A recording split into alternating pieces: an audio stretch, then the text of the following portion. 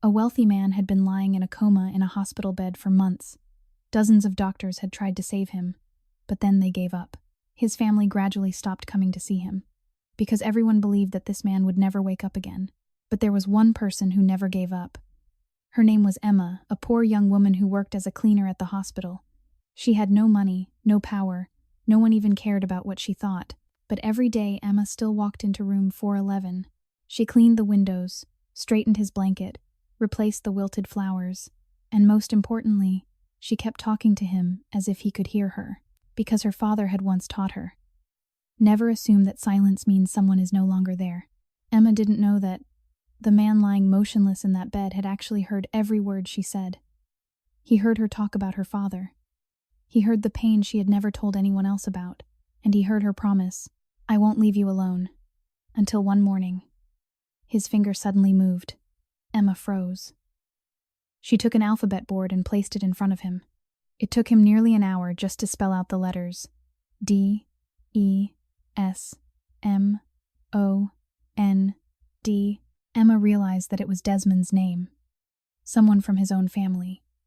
But then, with the last bit of strength he had left, he pointed to a single word: danger. Emma hadn't even had time to understand what was happening when she discovered that someone was deliberately keeping this man in a coma in order to seize his entire fortune. And what made her cry the most was that this man didn't just want Emma to save his life. He wanted her to save the grandson she had fallen in love with, without knowing his true identity. Then he finally spoke his first words after months of silence. "Don't lose her." And the man standing beside his bed could no longer hold back his tears. "Emma, I love you. Welcome to our YouTube channel. Thank you so much for taking the time to watch today's video. Before we begin, we would love to know where you are watching this video from. What time is it where you are right now, and which country are you joining us from? Is it the United States, the United Kingdom, France, Canada, or somewhere else in the world? Please leave a comment and share it with us. It would be truly wonderful if people from all around the world could connect with one another, share their stories and feelings, and spread kindness and love through every video. Thank you for becoming a part of our community. We hope you enjoy a meaningful, peaceful, and heartwarming time watching this video. The San Antonio evening came down slow and orange over the Riverwalk, the kind of light that made even the cheapest storefronts look like something out of a postcard. Emma Vance did not notice the light. She noticed the ache in her feet after a double shift, the weight of the tote bag on her shoulder, and the particular hollow feeling that had lived in her chest since her father's funeral. A feeling she had stopped trying to name. She was 3 blocks from the bus stop when she heard the laughter. It came from a cluster of men in tailored jackets standing outside a steakhouse whose valet line alone probably cost more than Emma made in a week. At the center of their circle, filming with his phone held sideways for the camera, stood a man with a gold watch and a voice pitched loud enough to be heard by everyone on the sidewalk. "Look at this," the man said, laughing, angling his phone toward a figure seated against the brick wall near the restaurant's side entrance. "Cole Bannon. The Cole Bannon. King of nothing. You used to sit at our table, remember? Now look at you. You smell like a dumpster, man. Say something for the camera. Say, I used to think I was somebody." A ripple of laughter followed. One of the other men leaned down and tossed a crumpled dollar bill onto the sidewalk in front of the seated figure, the way someone might toss a coin at a fountain, expecting nothing back but the satisfaction of the gesture. "There," the loud one said. "That's more than you're worth." Emma slowed without meaning to. Something about the cruelty in the man's voice made her stomach turn, the particular kind of cruelty that came from people who had never once been afraid of where their next meal was coming from. She looked at the man on the sidewalk, really looked, and what she saw made the ache in her chest sharpen into something closer to pain. He was thin in a way that spoke of more than one missed meal. His jacket, too large, had been someone else's, once the collar frayed soft with wear. His hands folded loosely in his lap were cracked at the knuckles from cold nights with no gloves. He did not look up at his tormentors. He did not flinch either. He simply sat very still, his jaw tight, his eyes fixed somewhere past all of them, as though he had trained himself through long practice not to let his face show what he felt. But Emma saw it anyway. She saw the way his throat moved when he swallowed. She saw the flicker, just a flicker of something raw crossing his features before he smoothed it away again. The way a man smooths a coat he cannot afford to replace. The group moved on, laughing already, forgetting him already halfway into the steakhouse and its warm gold light and its menu with no prices printed beside the entrees. Emma crossed the sidewalk. She did not think about it the way another person might have thought about it, did not weigh the wisdom of approaching a stranger at dusk, did not calculate what people might say if they saw her. She thought of her father 3 months in the ground now, and the sound of his voice from 100 different nights growing up. When you see someone fallen, Emma, you offer your hand first. Questions come later if they come at all. He had been a paramedic for 22 years. He had said those words to her more times than she could count, usually after coming home from a shift with new grief folded into the lines of his face. She had believed him her whole life. She believed him now standing over a stranger who smelled of the street and looked at her with something like wariness, as though bracing for one more cruelty dressed up as kindness. "You don't have to say anything," Emma said, crouching down so she was no longer looking down at him. "I'm not filming you. I just..." She reached into her bag and pulled out the paper sack from the taco stand 2 blocks back, the dinner she had bought herself after a 14-hour shift on legs that had not stopped moving since 4 in the morning. "Here. It's not much, but it's warm." The man Cole, she remembered, though she did not yet know that name meant anything beyond what a stranger had spat at him 20 seconds ago, stared at the bag as though it might be a trick. His eyes lifted to hers, cautious, searching her face for the joke, the camera, the cruelty hiding somewhere behind the offer. There was none. "Why?" he asked. His voice, when it came, surprised her, low, careful, almost gentle, with none of the roughness she might have expected. "You don't know me." "Do I need to?" Emma said. "You're hungry. That's enough of a reason." Something moved behind his eyes, then something Emma would not understand the full weight of for a long time, yet a kind of disbelief, so old and so practiced it had calcified into armor. He took the bag from her with hands that trembled slightly, whether from cold or something else Emma could not say. "Thank you," he said, and the words came out rough, as though they had not been used gently in longer than he could remember. Emma sat down on the curb beside him, not too close, but close enough to share the small warmth of the evening, and for a while neither of them spoke. The city moved around them, indifferent. A streetcar bell somewhere, a burst of music from an open restaurant door, the particular hum of a place that had never once had to wonder where it would sleep that night. "My father used to say something like that," Emma said, finally watching him eat, slowly, deliberately, the way a person eats when they have learned not to trust that a next meal is coming. "About offering your hand first. He was a paramedic. Spent his whole life pulling people out of the worst nights of their lives and never once asked what they'd done to deserve it." "Smart man," Cole said quietly. "He passed a few months back." The words still didn't come easily. Emma looked down at her hands. "I still hear his voice sometimes, telling me to help first, ask questions later." Cole was quiet for a long moment. When he spoke again, his voice had dropped even lower, careful in a way that made Emma glance at him. "I'm sorry. About your father. Thank you." She managed a small, tired smile. "What's your name?" A pause, brief, almost imperceptible, but Emma would remember it later, would turn it over in her mind after everything came apart and came back together. "Cole," he said. "Emma," she answered. "Emma Vance." He nodded slowly, as though committing it to memory the way a man commits something valuable to a locked drawer. Somewhere behind his eyes, something shifted, quiet, unreadable. The first crack in a wall that had been built brick by brick over years Emma knew nothing about yet. "You should get home," he said after a while, glancing at the darkening sky. "It's not safe out here after dark. Not for someone like you." "And it is for someone like you?" Emma asked more gently than the words might have suggested. Cole didn't answer. He only looked at her, and in that look was something Emma would spend a long time trying to understand. Not pity for himself, not gratitude alone, but the dazed, disbelieving wonder of a man who had just been offered kindness with no strings, attached in a city that had spent 3 long weeks teaching him there was no such thing left to find. "Good night, Emma Vance," he said finally. She rose, brushing off her uniform pants, glancing back once before she turned toward the bus stop. He was still sitting there in the fading light, a paper taco bag held carefully in both hands like something precious, watching her go with an expression she could not name, not yet. She did not know his last name was Bannon. She did not know that 3 streets away, a black car idled at the curb waiting for a man who was in every way that mattered to the rest of San Antonio, the richest and most dangerous man in the city. She only knew that something in his eyes had asked a question. No one had asked him in a long, long time, and that she had answered it without even realizing she'd been asked. The next morning came gray and humid, the kind of San Antonio morning where the air sat heavy on the skin before the sun had even fully cleared the rooftops. Emma woke to the sound of her alarm, and the dull throb of exhaustion that had become as familiar to her as her own name. She lay still for a moment, staring at the water stain spreading slowly across her bedroom ceiling, a stain that had been growing for months, ever since the pipe above her apartment had cracked, and no landlord had bothered to fix it, and thought unexpectedly of the man on the sidewalk. She told herself it meant nothing. A stranger fed a kindness, given the kind of small mercy her father had performed 1,000 times without ever once expecting to see the person again.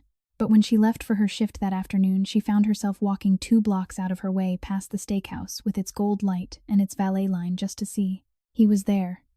Same spot against the brick wall, though he had shifted further into the shadow of the awning out of the direct eye of the restaurant's front door. He looked thinner in the daylight than he had the night before.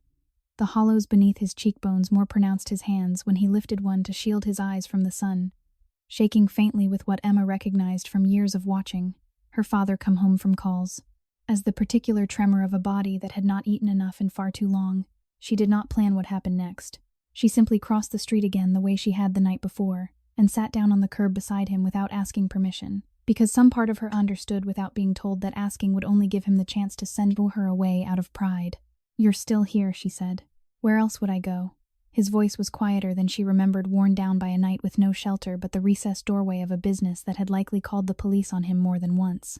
Emma opened her bag and produced wordlessly a foil-wrapped breakfast taco, eggs and potato, the cheapest thing on Miss Odessa's cart, still warm from the griddle. She had bought 2 that morning instead of 1, telling herself it was only practical that she would have wanted the second later anyway, though she knew, even as she thought it, that it was a small lie she was telling herself to make the kindness feel less enormous than it was. Cole looked at the taco for a long moment before he took it. "You don't have to keep doing this," he said. "I know I don't have to." "Then why?" Emma considered the question seriously, the way she considered most things, slowly, without performance. "Because nobody should eat alone when they don't have to," she said. "And because it costs me almost nothing, and it seems to cost you a lot to accept it. That tells me something about how long it's been since somebody just gave you something." No catch. Something crossed his face, then fast and complicated, gone before Emma could fully read it. He unwrapped the foil with the careful, economical movements of a man rationing not just food but the pleasure of eating it, making it last, making it matter. "Tell me about your father," he said, after a while, surprising her. So she did. She told him about the years of overnight shifts, the calls that came in the middle of family dinners, the particular exhaustion in her father's eyes. On the mornings after the worst nights, not exhaustion of the body alone, but of something deeper. The accumulated weight of having seen too much of what the world could do to people who never asked for any of it.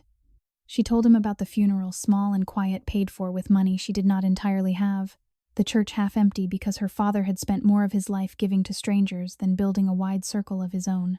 Cole listened, the way few people listened, without interrupting, without steering the conversation back toward himself, his eyes fixed on her with an intensity that Emma found herself unable to look away from. There was something in his stillness that unsettled her, though she could not have said why.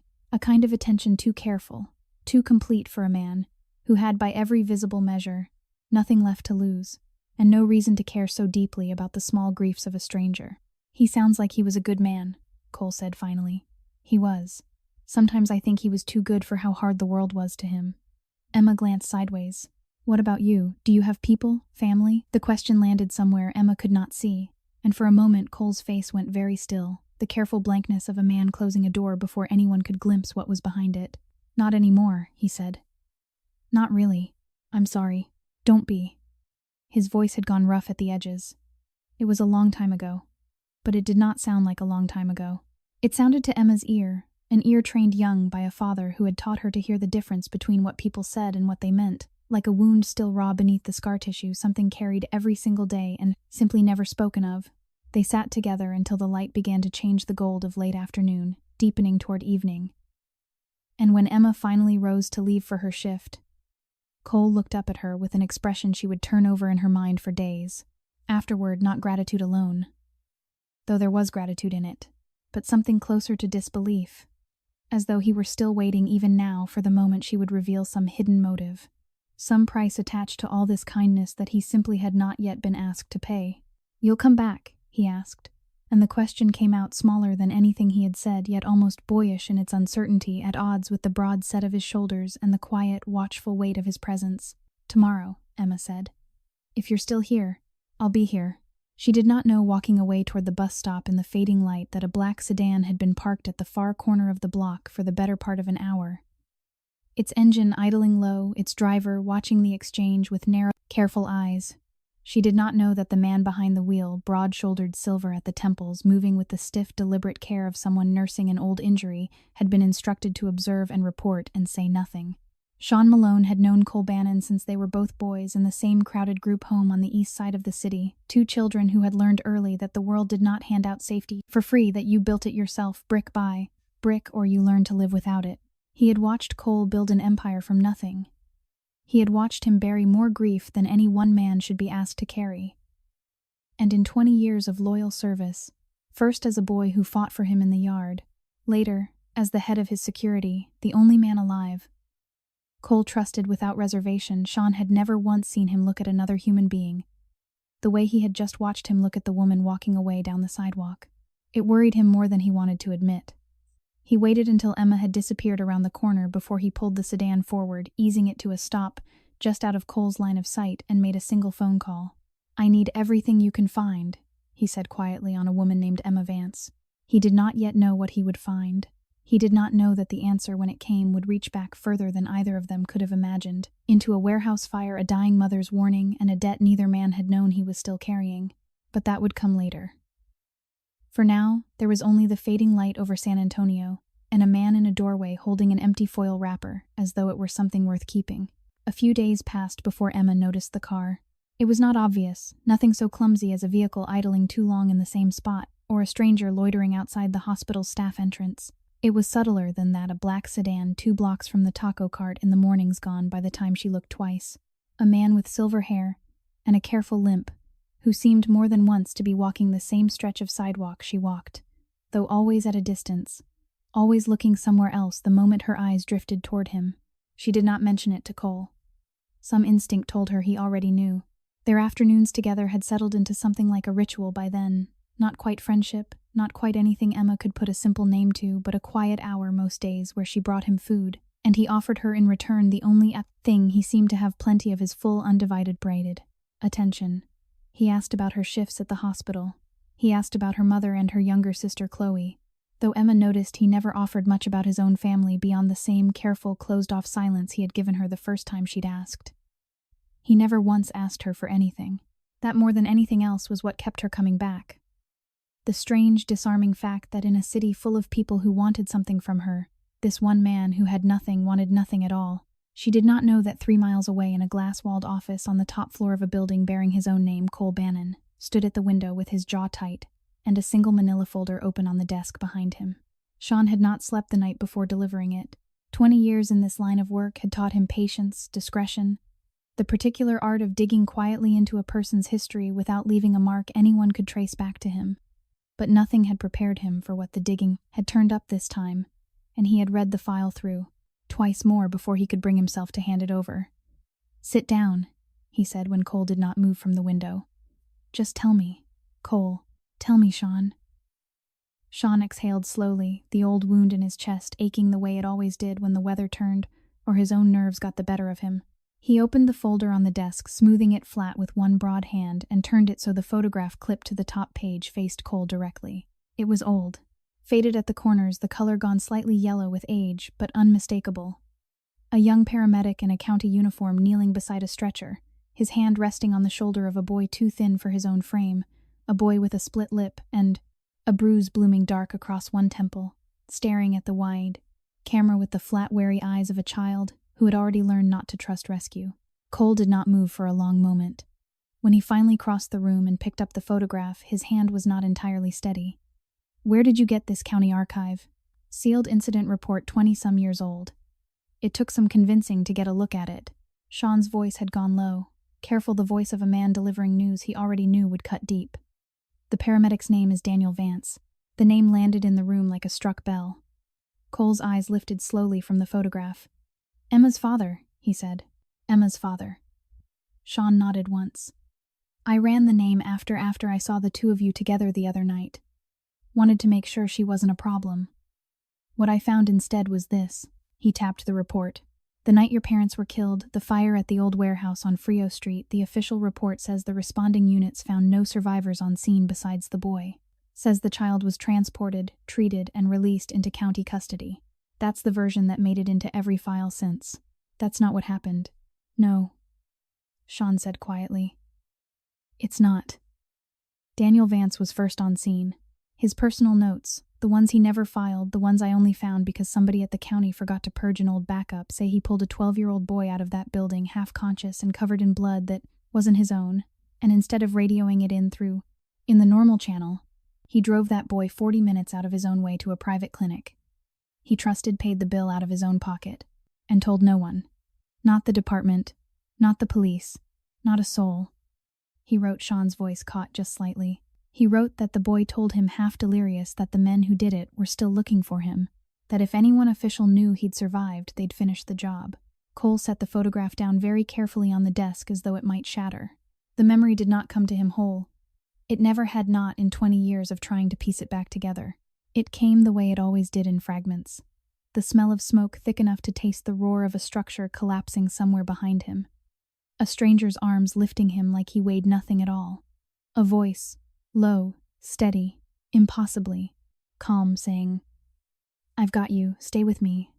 I've got you," over and over, the way a person repeats a prayer they need to be true.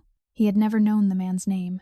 He had spent 20 years believing that stranger had vanished into the chaos of that night, the same way everything else from his old life had vanished: his parents, his home, the particular safety of being a child who had not yet learned the world could take everything from him in the space of one burning hour. "He never told me his name," Cole said, and his voice, when it came, had none of the composure Sean was used to hearing from him in every other room of this building. "I asked him. He wouldn't say. He told me it was safer if I didn't know, and safer for him if I forgot his face." "He protected you," Sean said, at real risk to himself. "If the wrong people had found out a county paramedic hid the sole witness to a mob hit, I know what would have happened to him."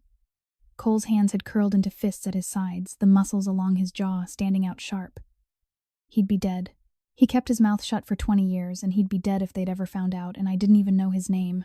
The office fell silent, except for the low hum of the air conditioning and somewhere far below the distant sound of traffic moving through downtown San Antonio, indifferent to what had just cracked open in the room above it. "Emma doesn't know," Sean said finally. "There's nothing in the file to suggest her father ever told the family what he did that night.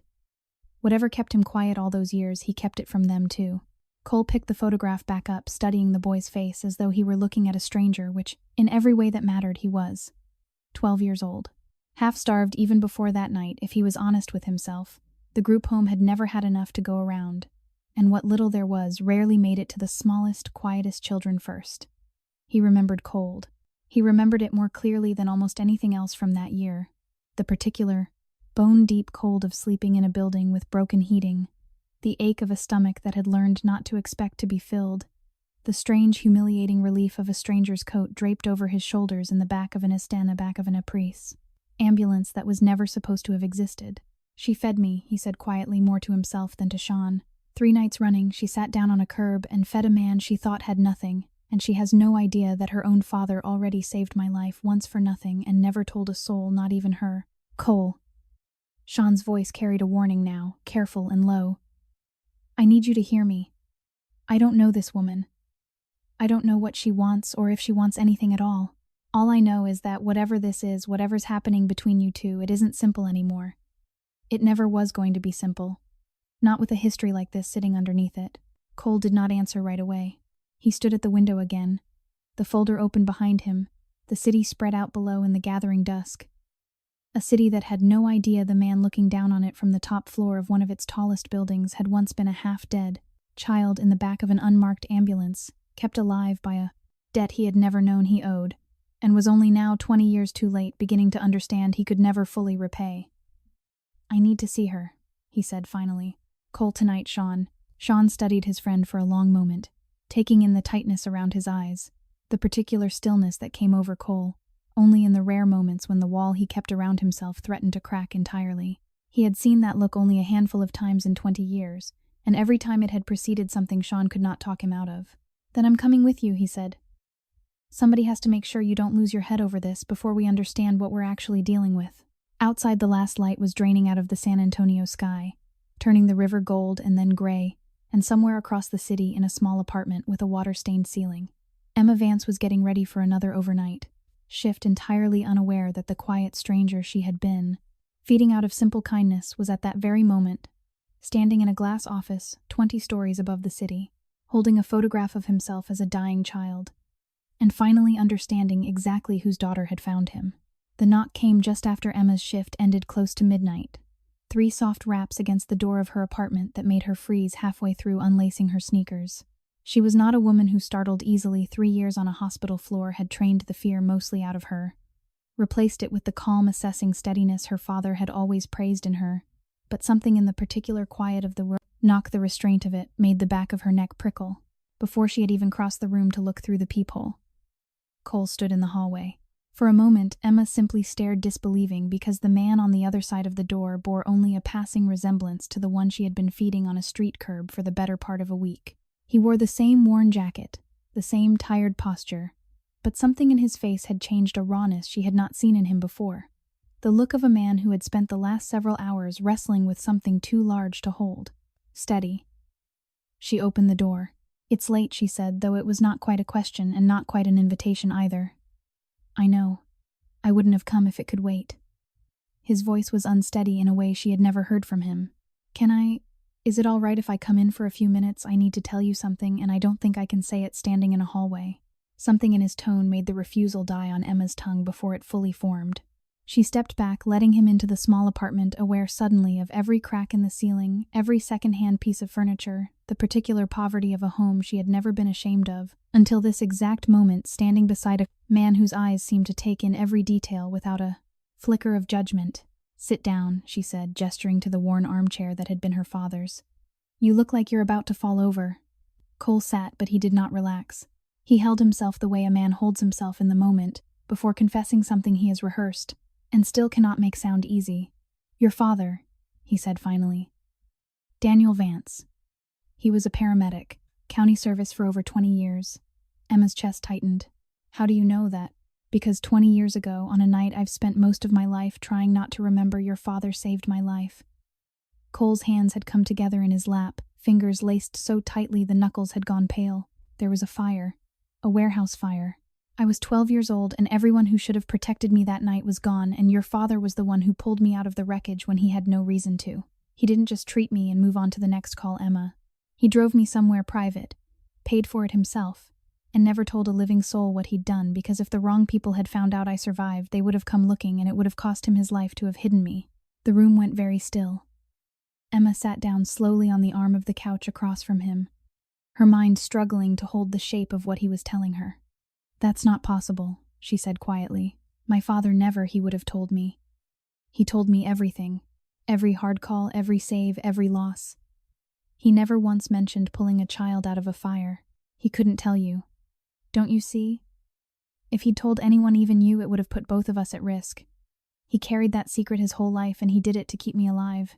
Cole's voice cracked on the last word, and for a moment the careful composure he had worn like armor since the night on the curb fell away entirely, revealing something raw and unguarded beneath it. "I never knew his name. 20 years, and I never knew the name of the man who saved my life. And then you sat down next to me on a sidewalk and gave me a taco because your father taught you to help first and ask questions later, and I had no idea. No idea that I was already standing in his debt before you ever offered me a single thing." Emma pressed a hand over her mouth, the pieces settling into place with a weight that made her chest ache. She thought of her father's face on the nights he came home most quiet, the particular exhaustion that had nothing to do with hours worked, and everything to do with something carried silently year after year, never once set down. She had always assumed it was simply the accumulated grief of his work. She had never imagined it might also be fear, the specific, private fear of a man guarding a secret that could cost him his life. "Why are you telling me this now?" she asked, her voice thinner than she intended. "Because I don't know how to sit across from you and let you keep believing I'm just a stranger you took pity on," Cole said. "And because I owe your family more than I can ever repay, and I need you to understand that whatever kindness you've shown me, it isn't charity towards someone with nothing. It's the second act of something your father started 20 years ago without ever asking for anything back." Emma sat with that for a long moment, the silence stretching taut between them, filled with the low hum of the refrigerator and the distant sound of traffic below. When she finally spoke, her voice was quiet, careful. "Who were you running from that night? Who would have come looking for you?" Something shuddered behind Cole's eyes, not deception. Emma sensed but the particular restraint of a man protecting her from a truth too large and too dangerous to hand over all at once. "That's a longer story," he said. "One I'm not ready to tell you yet. But I promise you this, whoever hurt me that night, Whoever took everything from me, I've spent my whole life making sure they could never do it to anyone else. Emma studied his face, searching for the lie, and found none. What she found instead unsettled her more, a depth of grief and restraint that did not belong, she thought, to a man who had spent 3 weeks sleeping on a sidewalk with nothing to his name. There was a discipline to his sorrow, an old and practiced control that made her wonder for the first time whether the stranger she had been feeding was truly as simple as he appeared. She did not have long to sit with the question. Her phone buzzed sharply on the counter, and when she crossed to check it, her mother's name lit the screen along with a string of messages that made her stomach sink. "Emma, I need you to come by tomorrow. I have wonderful news. I've invited someone very important to dinner, and I need you looking your best. His name is Bradley Sutcliffe, the Sutcliffe family from the North Side. You remember I mentioned them. This could change everything for us, Emma. Please don't be difficult about this." Emma read the message twice, feeling the familiar tightening in her chest that always came with her mother's particular blend of hope and pressure. Diane Vance had never fully recovered from the years of watching her husband's modest paramedic salary stretch thin across medical bills and a mortgage that never seemed to shrink, and in the months since Daniel's death, that old anxiety had calcified into something sharper, a fierce, almost desperate need to see her daughters settled somewhere safe, somewhere wealthy, somewhere the wolves of financial ruin could never reach again. "Everything all right?" Cole asked, watching her expression shift. "My mother," Emma said, setting the phone down with more force than necessary. "She's decided I should meet a rich man's son, Bradley Sutcliffe. Apparently it's very important, and apparently I don't have much say in the matter." Something flickered across Cole's face at the name, brief, sharp, gone almost before Emma registered it. "Sutcliffe," he repeated quietly, as though testing the shape of the word for something beneath its surface. "Do you know anything about the family beyond the money?" "No. Should I?" "Maybe not yet." Cole's jaw tightened, and for a moment Emma saw something pass behind his eyes that looked almost like protectiveness. Fierce, immediate, entirely at odds with the quiet, careful man who had thanked her so humbly for a single taco only, days before. "Just be careful, Emma. Money doesn't always mean what people want it to mean." "That's a strange thing to hear from a man with nothing," Emma said, not unkindly watching him closely. Cole held her gaze for a long moment, something unreadable moving behind his eyes, the particular weight of a man standing at the edge of a truth he was not yet ready to hand her. "Maybe," he said, finally rising to leave. "Or maybe it's exactly why I'd know." He left her standing in the doorway of her apartment, the city quiet around them, her mind turning over everything he had told her, and everything he had not, the debt her father had carried in silence, the fear still living behind Cole's careful eyes, and the strange, unplaceable unease that had settled in her chest at the mention of a name she was only beginning to realize might carry far more weight than her mother understood. The days that followed carried a strange, suspended quality, as though the city itself had slowed to let Emma catch her breath. She continued her shifts at the hospital, continued walking the 2 blocks out of her way each afternoon to sit with Cole on the same stretch of sidewalk, and continued, despite every practical instinct she possessed, to feel the quiet gravity of him pulling at something in her chest she did not yet have a name for. She did not tell him about her mother's dinner invitation again. She did not mention Bradley Sutcliffe. Some instinct told her that whatever weight those names carried for Cole, he was not yet ready to explain it, and she had learned from years of tending to frightened patients in triage that some truths could not be rushed loose. They had to come when the person carrying them finally trusted the hands they were being placed into. What she noticed instead in the days that followed his confession about her father was how much thinner Cole had become. It was subtle, the kind of change a stranger might not catch, but Emma had spent 3 years learning to read bodies for the things they refused to say aloud, and what she read in Cole's frame now frightened her. The hollows beneath his eyes had deepened. His hands, when he reached for the food she brought, shook more than they had the week before. And once, on a Tuesday afternoon thick with the kind of humid heat that made the whole city feel underwater, she watched him sway slightly where he sat, catching himself against the brick wall with a hand that did not seem entirely steady. "How long has it been," she asked quietly, "since you slept somewhere warm?" Cole did not answer right away. "Longer than I'd like to admit. And eaten more than what I bring you." His silence was answer enough. Emma sat with that for a long moment, watching the traffic move past on the street, turning over the numbers in her head the way she had turned over grocery budgets and utility bills every month since her father's death, the exhausting, familiar arithmetic of a woman who had never once had enough cushion to stop counting.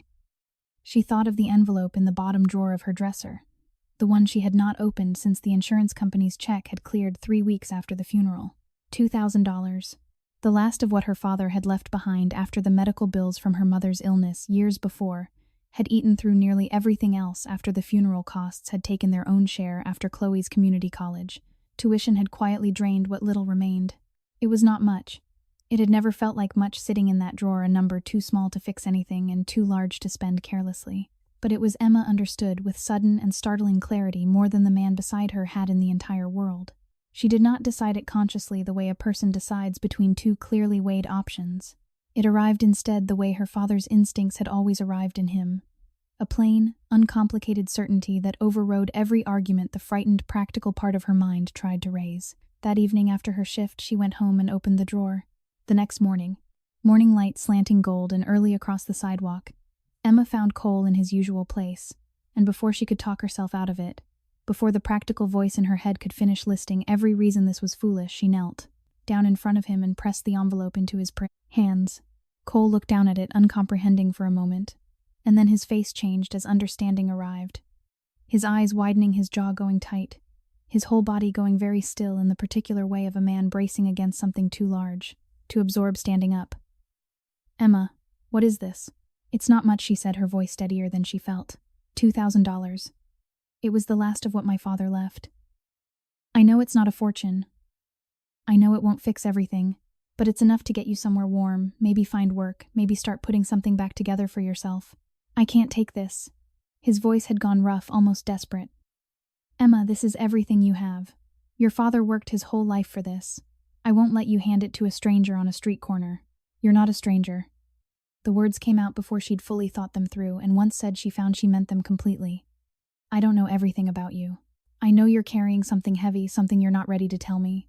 But I know what kind of man sits quiet through public humiliation without ever once striking back.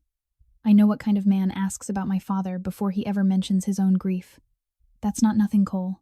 That tells me everything I need to know about who you actually are underneath all of this." Cole's hands closed around the envelope, and for a long moment he said nothing at all. His head bowed his shoulders, shaking with something Emma understood, with a sudden ache in her own chest to be the particular grief of a man unused to being seen as worth saving. "You don't understand what you're doing," he said finally, his voice barely above a whisper. "Nobody has ever—" He started again. "My whole life people have wanted things from me. Even when I had nothing, they wanted something. And you're sitting here handing me everything you have left in this world, and you don't want anything back. I don't know what to do with that." "You don't have to do anything with it," Emma said gently. "Just use it. Build something. That's all I want." He looked up at her then, and what she saw in his face in that moment would stay with her for the rest of her life, long after everything else about that year had blurred and settled into memory.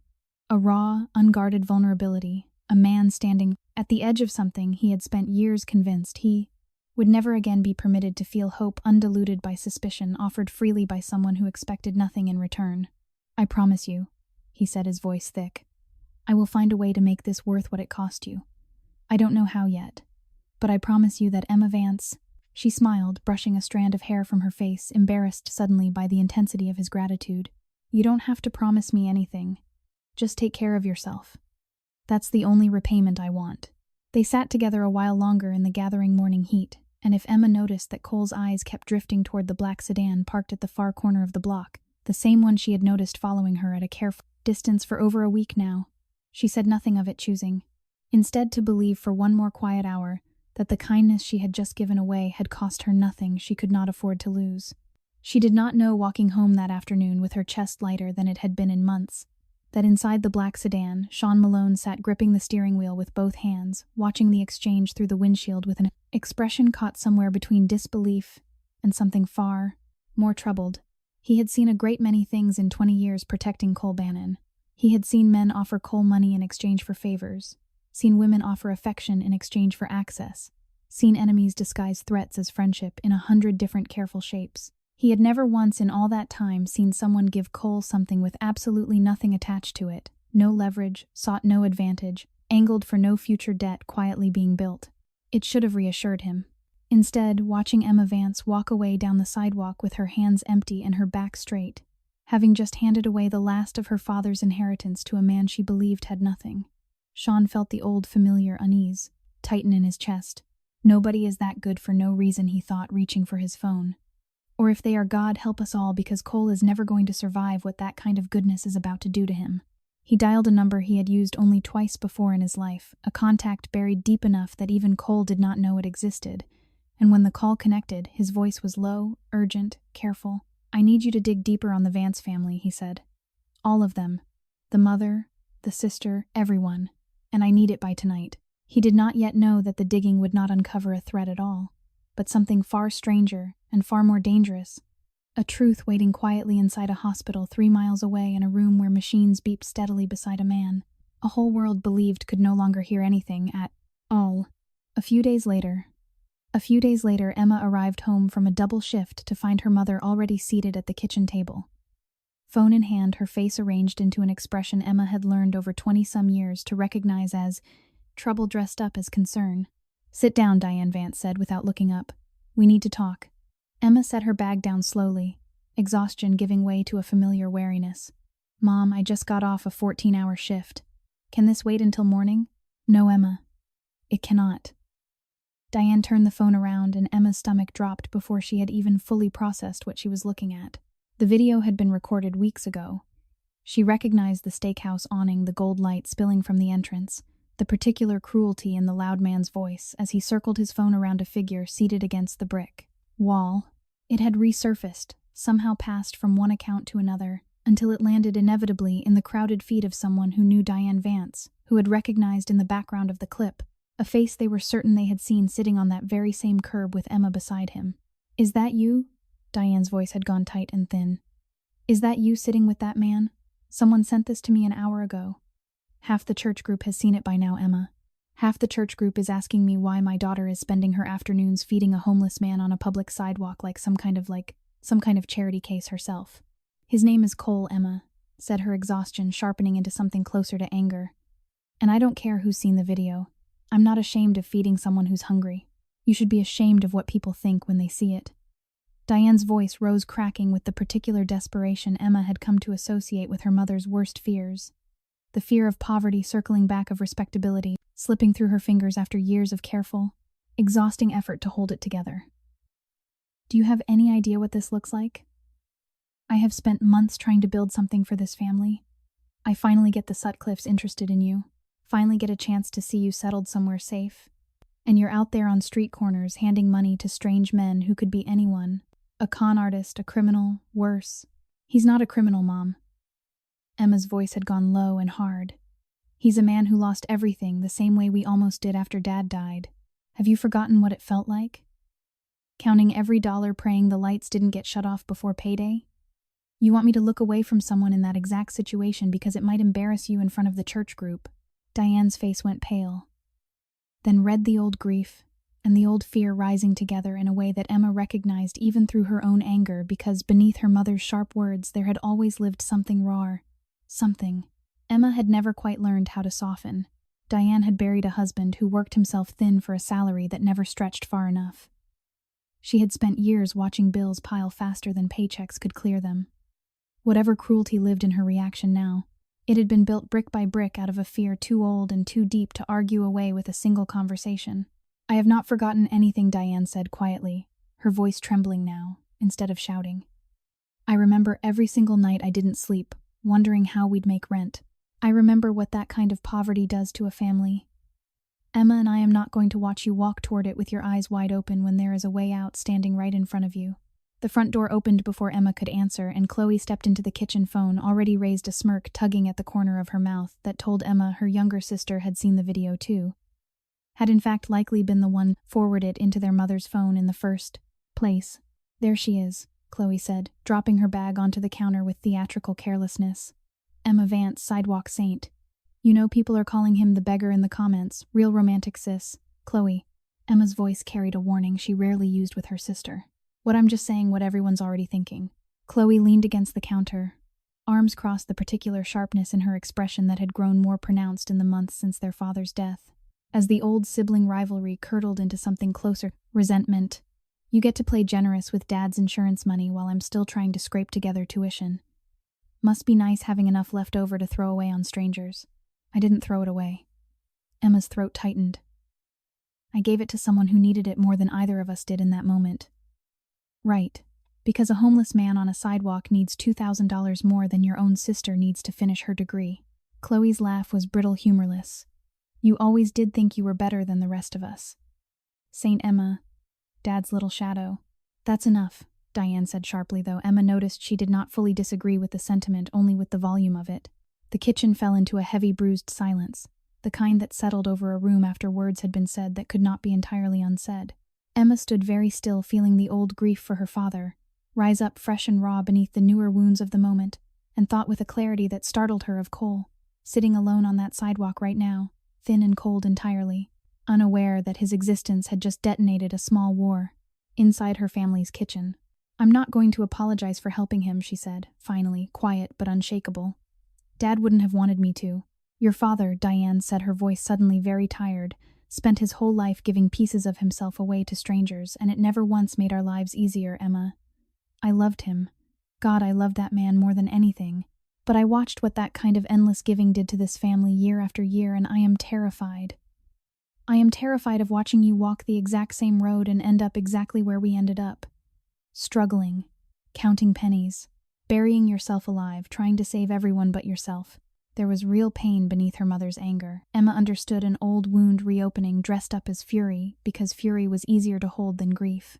But understanding it did not make it easier to sit beneath, and Emma found she had no answer that could soften both truths at once, that her mother's fear was real and that she was not wrong to feel it, and that Emma still would not regret a single dollar of what she had given away. I have to be at Miss Odessa's card in 20 minutes, Emma said, finally gathering her bag with hands that were not quite steady. We'll finish this conversation later. Bradley is coming to dinner on Friday. Diane called after her, the words landing like a final blow as Emma reached the door. I expect you to be there, Emma. Properly dressed, properly polite. This family cannot afford for you to throw away every opportunity that comes our way. Emma did not answer. She let the door close behind her. Stepping out into the thick evening, heat her chest tight, with a grief that had nowhere yet to go. Grief for her father.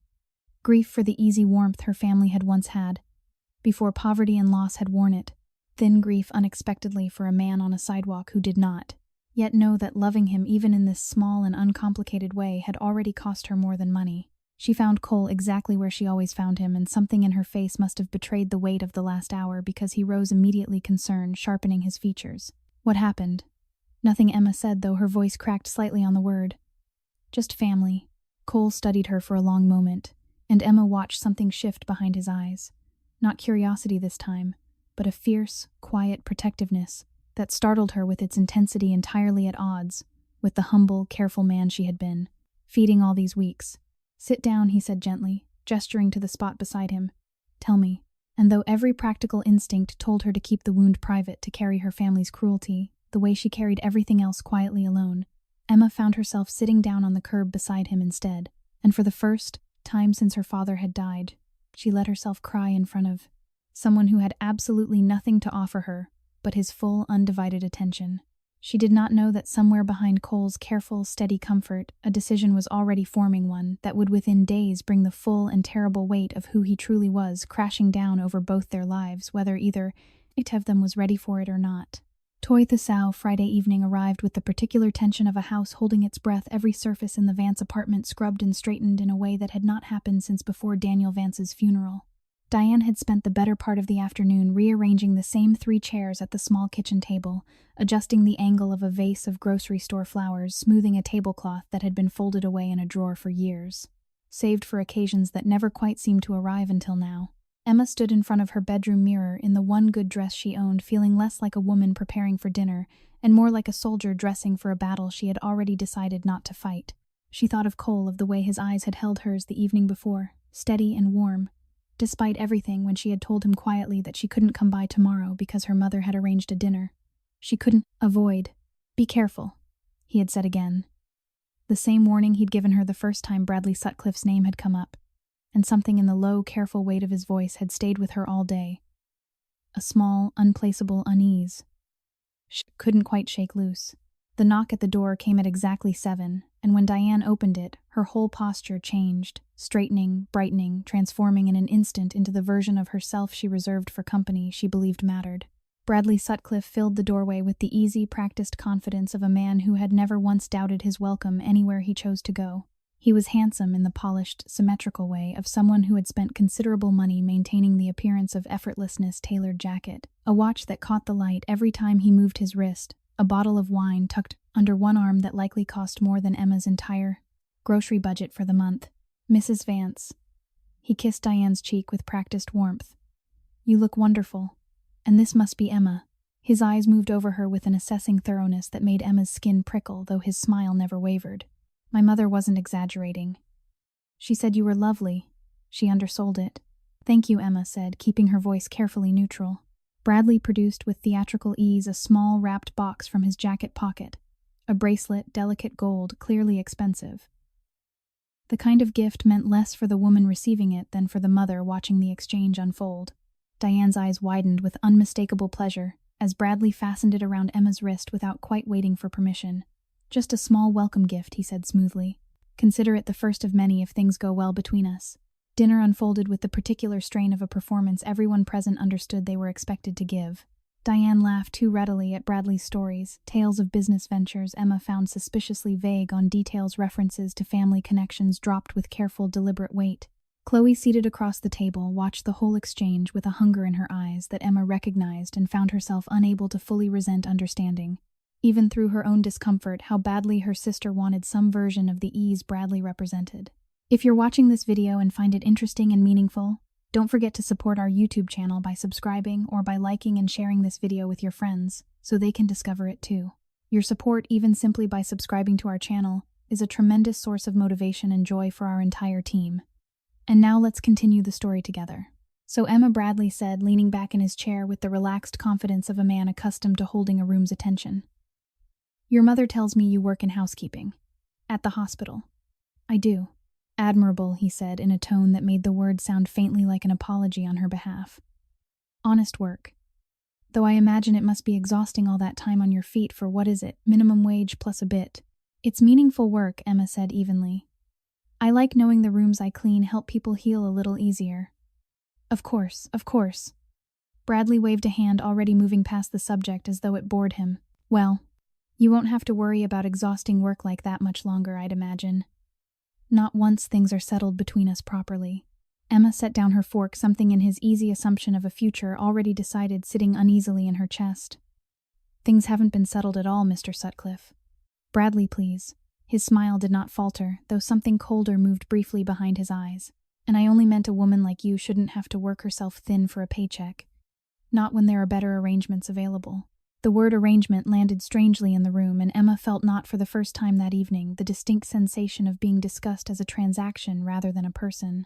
She thought unbidden of Cole, of the quiet, unhurried way he had always let her speak without steering the conversation back toward some assumed future, without once suggesting her work meant less than it did. The rest of dinner passed in a blur. Emma barely retained her mind, circling back again and again to the warning in Cole's voice. When Bradley finally left promising to call, soon Diane turned to Emma with an expression of unrestrained hope that made Emma's chest ache with old familiar guilt. He's wonderful, isn't he? Diane said. Emma, this could change everything. For all of us. I don't know him, Mom. Not really. You will. Give it time. Diane squeezed her hand, some of the earlier tension in her face easing for the first time in weeks. Please, Emma. For this family. Give it a real chance. Emma retreated to her room, not long after, exhausted in a way that had nothing to do with the hours she'd worked that week, and everything to do with the particular weariness of performing a role she had never agreed to play. She sat on her bed and reached for her phone, wanting nothing more than to text Cole to hear something honest after an evening spent swimming in careful, polished half-truths. The phone was not on her nightstand. She searched her bag, her jacket pockets, the kitchen counter, a low current of unease building with each empty space. She found it finally in the bathroom trash can, the screen spider-webbed with cracks, the casing bent at an angle that told her clearly it had not fallen by accident. Chloe stood in the hallway doorway when Emma turned arms, crossed her expression, a strange, unstable mixture of defiance, and something rawer beneath it. You broke my phone. It slipped, Chloe said, not quite meeting her eyes. I was going to tell you. Chloe. Emma's voice shook exhaustion and hurt colliding all at once. Why would you do this? Because you don't even want what's being handed to you. Chloe's composure cracked all at once, the words spilling out sharp and fast, years of quiet resentment, finally finding a crack to escape through. You have a rich man practically begging to marry you, and you're sitting here mourning some homeless guy on a street corner. Do you know what I would give for someone like Bradley to look twice at me? Do you have any idea how it feels to watch you throw away every single good thing that comes your way over and over like it means nothing to you? It's not about throwing anything away, Emma said, her voice trembling now too. It's about not wanting to sell myself to a man I don't love just because he has money. Must be nice, Chloe said, her voice bitter, having the luxury to be picky. Some of us don't get that choice. She turned and disappeared down the hallway before Emma could respond, leaving her standing alone with a shattered phone in her hands and a chest full of grief that had nowhere clean to land. Grief for her sister's resentment, grief for her mother's fear, and underneath all of it, a sharp, rising panic at the realization that she had no way now to reach Cole. No way to explain why she wouldn't be coming by tomorrow. No way to warn him or be warned by him about whatever storm was quietly gathering around the name Sutcliffe. She sat down slowly on the edge of her bed, turning the broken phone over in her hands, and thought with a dread she could not quite name of Cole's voice the last time they'd spoken. Be careful, Emma. Money doesn't always mean what people want it to mean. 3 miles away in a glass office overlooking a sleeping city, Cole Bannon stared at an unanswered message thread that had gone silent hours before it should have, and felt for the first time since the night on the sidewalk a familiar grip of fear close around his chest, not for himself but for a woman he had begun against every careful instinct he had built over 20 years of guarding his heart to love. The next morning, the morning after the broken phone, sunlight thin and gray through hospital blinds. Emma arrived for her shift, with a hollow, unmoored feeling she could not entirely shake. She had spent the walk to the bus stop turning over Chloe's words, her mother's hope, and the strange, gnawing worry that Cole had no way to reach her now, and she him. She had not slept well. The particular ache of a family fracturing quietly around her had followed her all the way to the hospital's staff entrance, and it did not leave her, even as she clocked in and began the long, familiar route of her morning rounds. The intensive care wing was quiet at that hour, the halls hushed except for the steady beep of monitors and the soft rubber squeak of nurses' shoes against polished floors. Emma pushed her cart from room to room with the efficient, practiced rhythm of 3 years' habit, and when she reached the door at the end of the east corridor, she paused the way she always did before stepping inside. Room number 411 belonged to a man the entire hospital had quietly stopped expecting to wake. He had been there for months by now, longer than Emma had worked. Most of the other rotations on this floor, an elderly patient whose chart she had gathered from overheard conversations at the nurses' station, belonged to someone of considerable means. He arrived by private transport in the dead of night, was assigned the largest private room on the floor, and had been visited in all the months since by a rotating handful of relatives whose visits grew shorter and less frequent with each passing week until they had thinned in recent weeks to almost nothing at all. The doctors had tried everything medicine could offer. Emma had heard the specialists murmuring in the hallway more than once.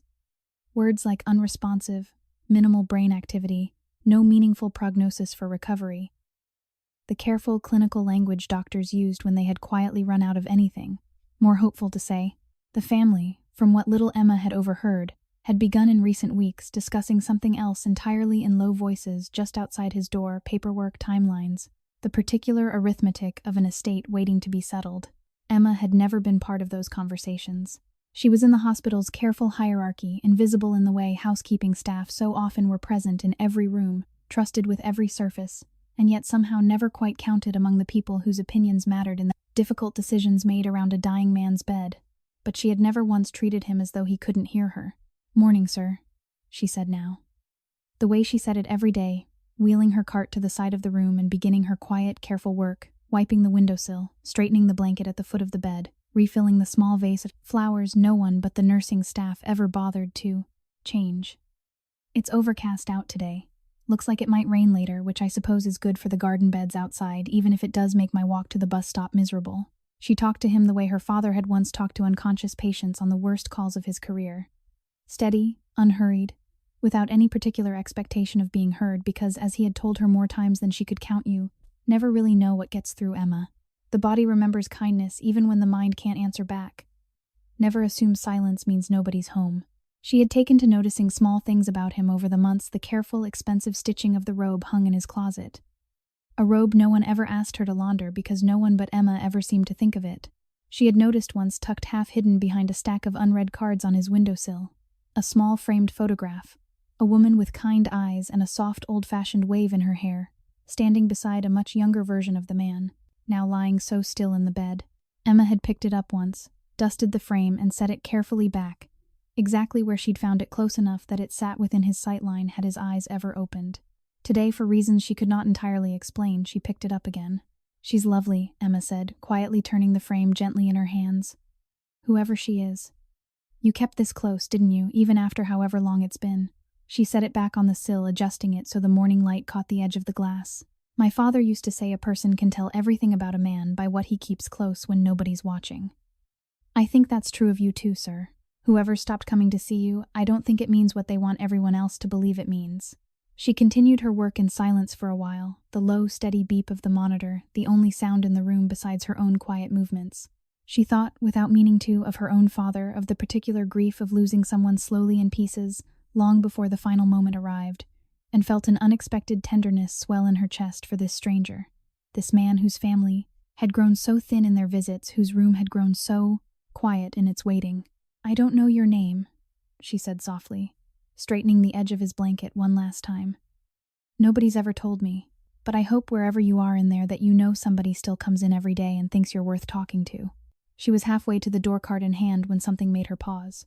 It was nothing at first, the faintest suggestion of movement at the edge of her vision, so slight she nearly dismissed it as a trick of the overhead light shifting through the blinds. But when she turned back toward the bed, her breath caught in her throat, his hand resting still and pale against the white blanket, exactly where it had rested, unmoving. For as long as Emma had known, this room had curled faintly at the fingers. Not much.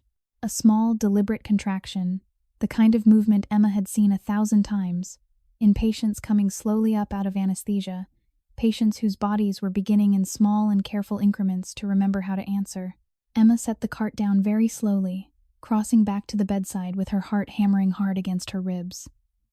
"Sir," her voice came out barely above a whisper. "Can you hear me?" The hand curled again, more definitely this time, the fingers pressing faintly into the blanket's fabric, not a reflex. Emma understood with a sudden dizzying certainty, but a response, an answer however small to a voice that had spoken to him unknowing for months. She reached for the call button, with a trembling hand, pressing it hard, her mind racing through everything she knew about consciousness and coma and the particular careful language doctors used when they did not want to promise too much. But underneath the clinical panic rising in her chest, something quieter and stranger had begun to take root. A suspicion she could not yet name, born from the strange, deliberate timing of it, the fact that his hand had moved. Not during the routine turning of his body by the nursing staff, not during any medical procedure, but in the exact moment after she had spoken of a family who had stopped coming, of a photograph kept close of the family, somebody still believing he was worth talking to. As though somewhere deep beneath the stillness, the whole hospital had given up on a man, long presumed lost, had been listening all along, waiting with a patience Emma could not yet imagine, for the one voice in that building willing to speak to him as though he still mattered. The door burst open behind her as a nurse rushed in, drawn by the call button, and the room filled quickly with the sudden urgent motion of medical staff summoned to a miracle nobody had believed themselves to expect. Emma stepped back to let them work her own hands, still trembling, her mind circling back again and again to the photograph on the windowsill, and the strange aching certainty that she had just witnessed something far larger than a single bow. Hands' small, involuntary twitch. She did not yet know his name. She did not yet know that 3 floors below, in the hospital's private administrative wing, a man named Desmond Bannon had spent the morning quietly reviewing paperwork with a lawyer, discussing timelines, discussing what might happen if the patient in room 411 never woke at all.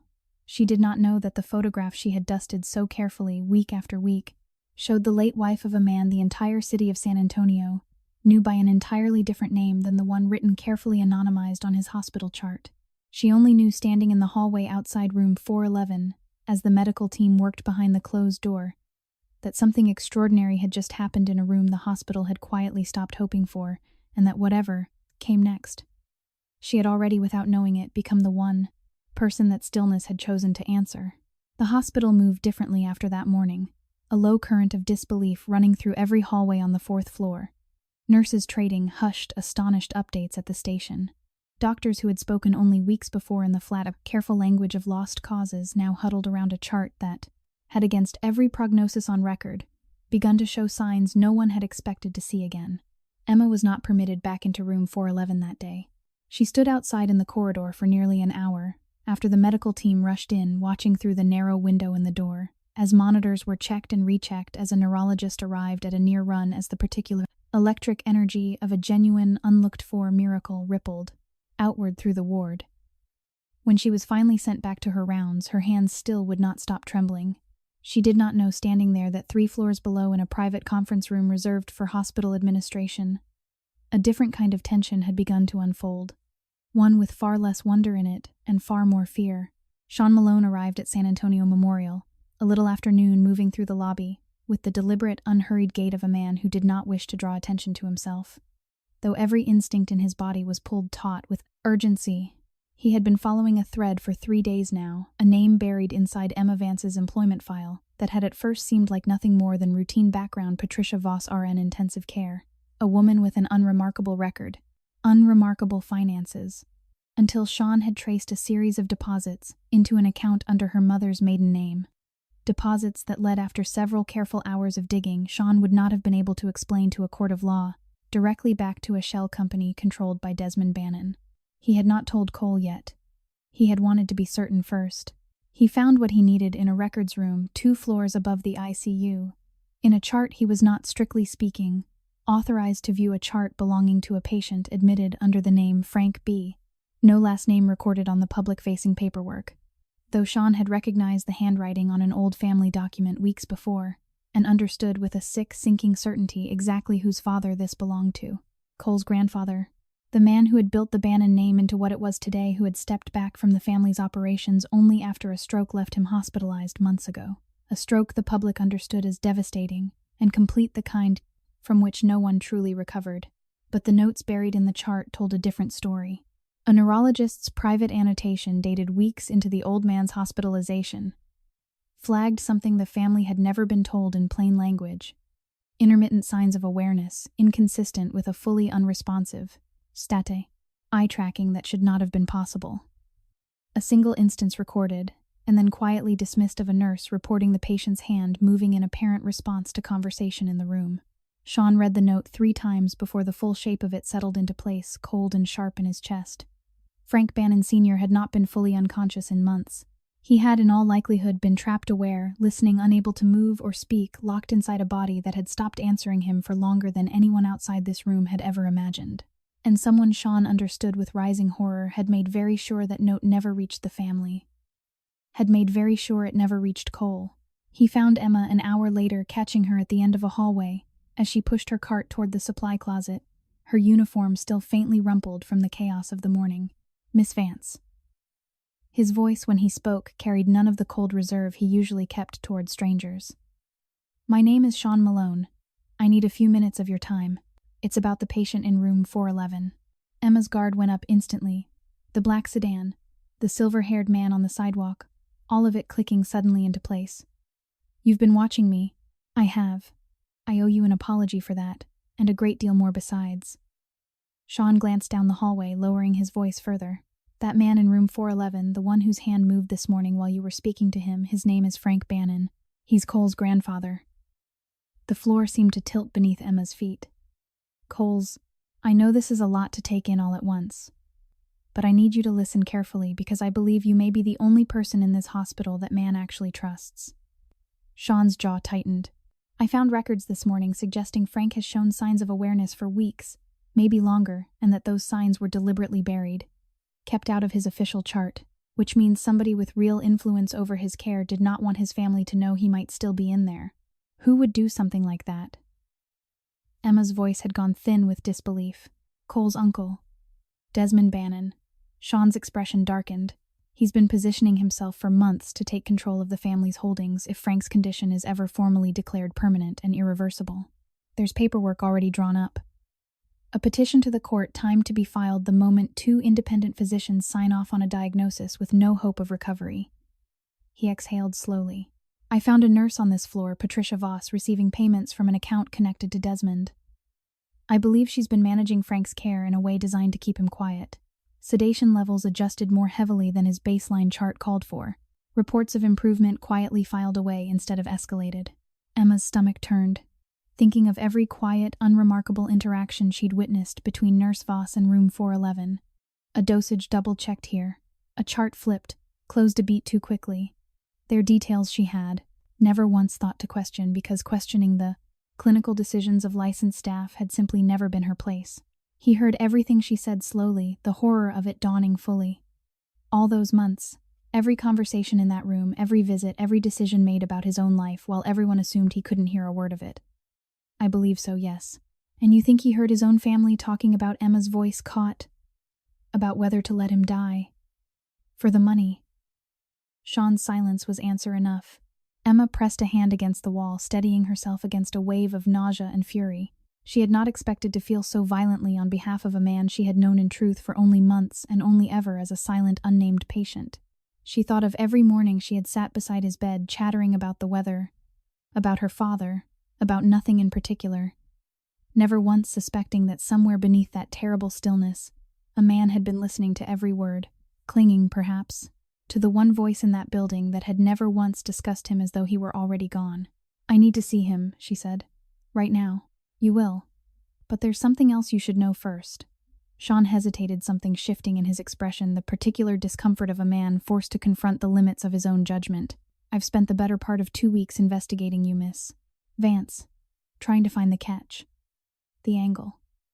I was certain a woman handing over her last savings to a stranger on a sidewalk had to want something in return sooner or later." He shook his head slowly. "I was wrong. I've watched you give away money you couldn't spare comfort to a family member who never asked for it. And now it turns out you may have kept a man alive in every way that matters, simply by refusing to treat him like he was already gone. I owe you an apology, and more than that, you have my loyalty for whatever it's worth to you. Cole doesn't know yet what kind of person he's found in you. I think it's past time he did." Emma absorbed that in silence, the weight of the morning pressing down on her all at once, her broken phone, her sister's fury, her mother's fear, and now this a truth so large it seemed to swallow every smaller worry whole. "Take me to him," she said finally, meaning Frank, though some part of her, some quiet and aching part, meant Cole too, wishing fiercely that she had some way to reach him now, to tell him what she had just learned about the grandfather he must have believed for months was already lost to him beyond any hope of return. She did not know that across the city in a glass office 20 stories above San Antonio, Cole Bannon was at that very moment staring at a phone that would not stop ringing with his uncle's name, Desmond, calling twice, 3 times with a false urgency in his voice that Cole, hardened by 20 years of reading Danger in Careful Men, had already begun to recognize as the particular sound of a plan quietly beginning to unravel. A few days later, the Vance apartment had transformed into something Emma barely recognized. Diane had spent the better part of a week preparing for what she now called with unmistakable pride the engagement dinner, inviting extended relatives Emma had not seen since her father's funeral, borrowing a set of good china from a neighbor, filling the small living room with the kind of careful, anxious hope that made Emma's chest ache every time she looked at her mother's face. "You'll wear the blue dress," Diane said that morning, laying it carefully across Emma's bed. "Bradley mentioned he liked you in blue at dinner last week." "It matters, Emma. Small things like that matter to men like him. Mom."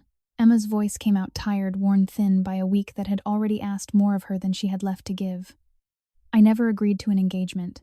This is happening too fast and you know it. What I know," Diane said, her composure cracking at the edges, "is that we buried your father with money we didn't have, and Chloe's tuition is due again in 2 months. And I am tired, Emma. I am so tired of watching this family hold its breath every single time a bill comes due. Bradley is offering us a way to finally stop holding our breath. I am asking you please to let us take it."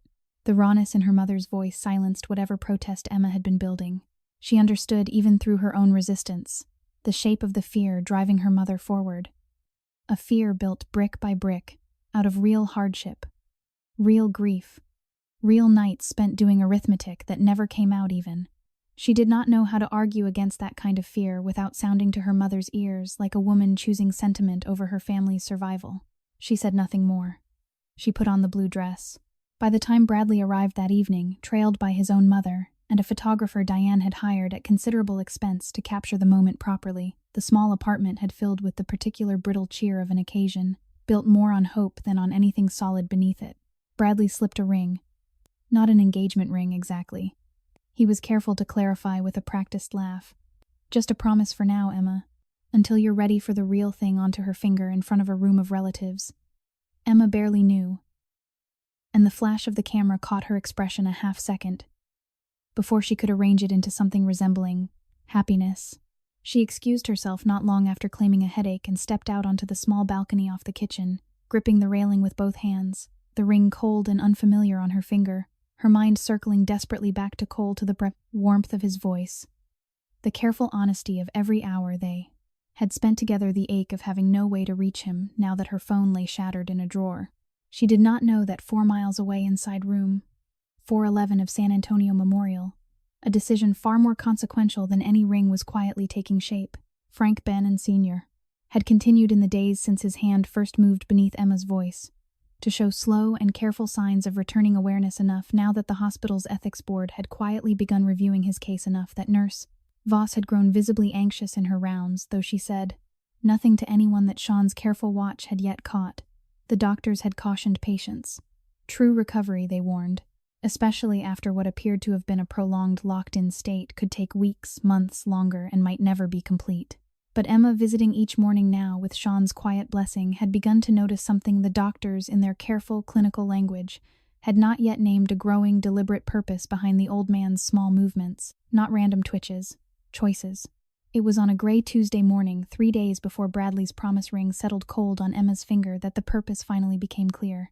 Emma had brought at Sean's quiet suggestion a laminated alphabet board, the kind used with patients slowly regaining motor control, allowing them to spell words letter by letter with the smallest available movement. A finger tap, an eye blink. She held it steady above Frank's hand, watching his eyes track carefully down each row. "Take your time," she said softly. "There's no rush." His finger twitched against the letter D, then slower with visible effort, ES. Emma's breath caught as the letters accumulated, one aching movement at a time, across the better part of an hour. DESMOND. Desmond, Emma said quietly. "You're Cole's uncle." Another slow tap, this time, against a single word printed in the corner of the board, added there by the occupational therapist for exactly such urgent, simple confirmations. Danger. Emma's pulse hammered as understanding closed over her. She thought of Sean's warning days before, the petition already drawn up, waiting for 2 signatures and a diagnosis that would never fully account for what she had witnessed with her own eyes. She thought of Nurse Voss's careful, quiet manipulations, the sedation levels, the reports filed away instead of escalated. "He's trying to keep you from waking up," she said slowly, watching Frank's eyes for confirmation. "He's trying to make sure the doctors declare you." The old man's finger pressed hard against the board, cutting her off, tapping out one final deliberate word before exhaustion finally overtook him, and his hand fell still against the blanket worn. Emma sat frozen for a long moment, the weight of what she had just been asked to carry settling heavy across her shoulders. She was, by every measure the hospital recognized, no one of consequence in this story.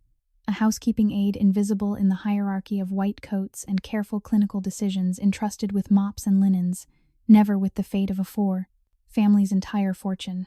And yet here she sat, the only person this man trusted enough to spell out letter by exhausting letter the truth that could save both his life and his grandson's inheritance. She found Sean waiting in the hallway when she finally emerged, her hands still trembling.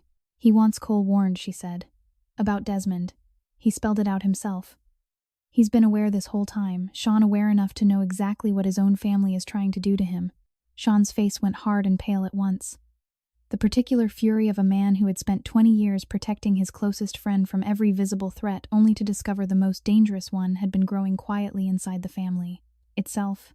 "I'll get word to Cole tonight," he said. "But Emma, you need to understand what you've just become a part of. If Desmond learns Frank is aware, if he learns you're the one who found out, you become a threat to a man who has already shown he's willing to let his own father die for money. I need you to be careful, more careful than you've ever had to be in your life." Emma thought of the blue dress hanging back in her closet, the ring cold on her finger, her mother's fragile hope resting on a man whose name she realized now with a chill belonged to the very family, conspiring against a dying patriarch. 3 floors above the hospital's administrative wing. "There's something else," she said slowly, the pieces beginning horribly to align. "Bradley Sutcliffe. My mother's arranging my engagement to him. Do you know if there's any connection?" "I'll look into it tonight," Sean said grimly, already turning toward the exit, his old limp more pronounced with the urgency of his stride. "But Emma, after everything I've just learned about this family, I wouldn't be surprised by anything anymore." Emma stood alone in the corridor as he disappeared toward the elevator. The alphabet board still clutched in one hand, and felt for the first time since the night she'd sat down on a curb beside a stranger and offered him half a taco. the full and frightening scope of what her small kindness had grown into a thread now, pulled taut between a dying patriarch's silent testimony, a fraudulent engagement closing in around her own life, and a man she had come slowly, and without quite meaning to love with an intensity that frightened her more than anything Desmond Bannon could ever threaten. She did not yet know that within days everything, the ring on her finger, the secret in room 411, the careful lie Bradley Sutcliffe had built his entire fortune upon, would collide at once in front of everyone who had ever doubted her in a single, unforgettable night. The following evening, Diane Vance had spared no remaining expense on what she now called with unmistakable pride the formal engagement celebration.